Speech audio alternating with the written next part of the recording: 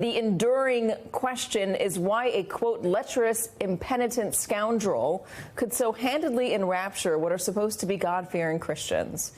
Journalist Tim Alberta answers that question in his new book, The Kingdom, the Power, and the Glory, American Evangelicals in an Age of Extremism. Joining us now, staff writer for The Atlantic, author of that new book, Tim Alberta, which, by the way, is out today. The quote, a lecherous, impenitent scoundrel, is your description of Donald Trump.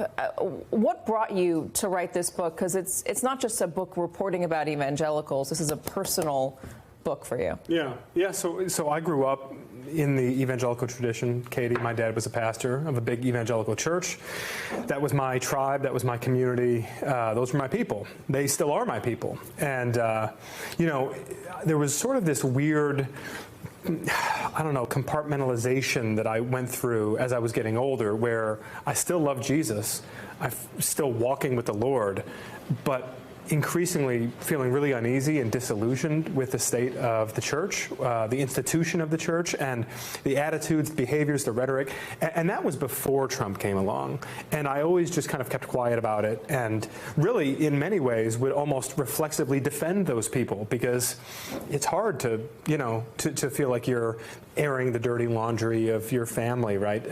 But it kept mounting, and it just got to a point where I couldn't do it anymore. And as I write in the book, obviously, it took something rather dramatic for me to finally reach that realization. You talk about your father's funeral and what happened at his viewing, and then what happened after you gave the eulogy. I'm not going to give anything away because I think people should go read it.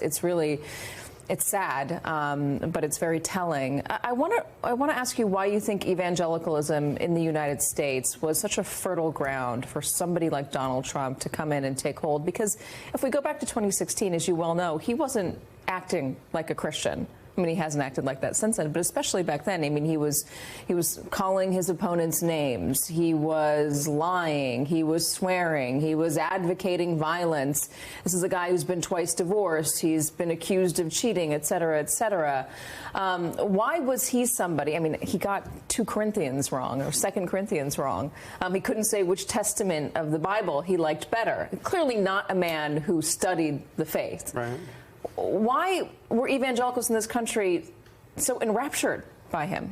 I think the simplest explanation, Katie, is there's been an arc here. There's been an evolution, or maybe a devolution, in the relationship between Trump and the white evangelical base. As you know better than anybody, back in 2016, he was the last choice for a lot of these folks, and it really took a lot of persuading once he had secured the Republican nomination for him to bring them on board, right? He enlisted the likes of Jerry Falwell Jr. and Franklin Graham, Mike Huckabee, these leading evangelical figures, and then he added Mike Pence to the ticket. He released the Supreme Court nominee list. All of that was aimed at winning over the trust of and assuaging the concerns of these white evangelicals. And they entered into this very uneasy alliance with him, where a lot of them felt it was transactional. We'll give him our votes. He gives us some policies. We call it a day. Fast forward 8 years, it's very different. And I think the explanation here for why there is this cult-like attachment to Donald Trump is, as I write about in the book, this idea of a kingdom, an American kingdom that is ordained by God, that we are somehow in covenant with the Creator, that this is not just another nation, but that this is a nation that is divinely blessed.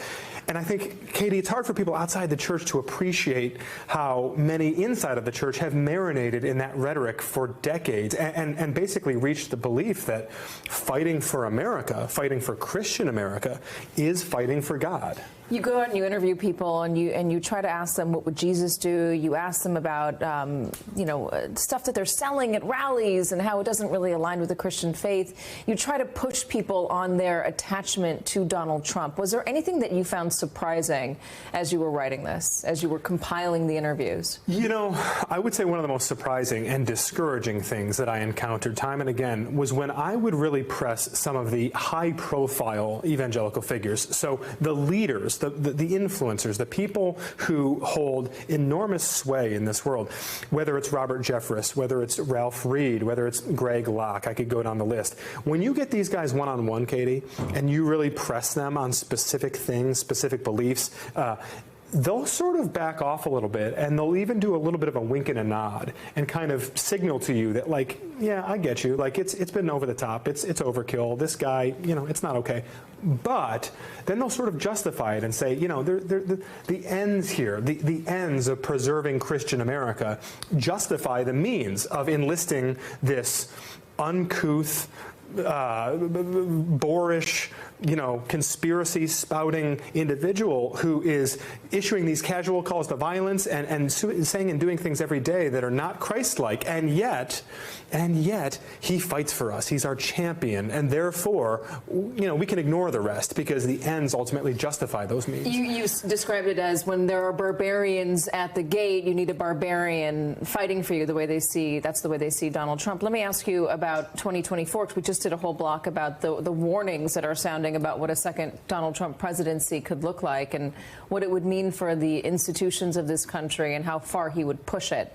Some people believe it would be catastrophic. It would be the end of democracy. Where do evangelicals stand on Donald Trump in 2024? Well, okay, it's a complicated question with a complicated answer, because I think the thing we have to appreciate is we're talking about tens of millions of voters here, right? Now, I would start by saying that a good chunk of those voters, Katie, for generations have been singularly mobilized around the issue of abortion. What we don't perhaps appreciate yet, I haven't seen a lot of reporting on this, this is going to be the first post-Roe v. Wade presidential election. And the question of abortion as a federal issue where Supreme Court nominations matter a great deal, that is now sort of depressurized. It's all happening at the state level. So my point is that you could actually see a significant drop-off in just raw turnout among some of these evangelicals. It's not to say that Trump's percentage, that his vote share among those white evangelicals will go down. I doubt that it will.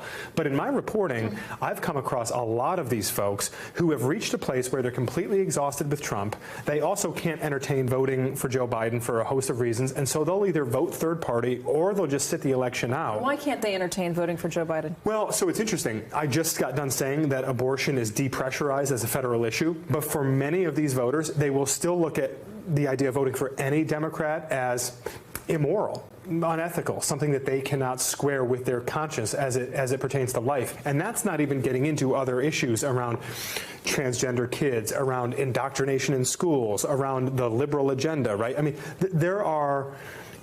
we consider this spectrum of these tens of millions of people. And you've got the diehard Trumpers over here and the people who have just stomached him over here. But I think the great many are somewhere in the middle trying to feel their way through this.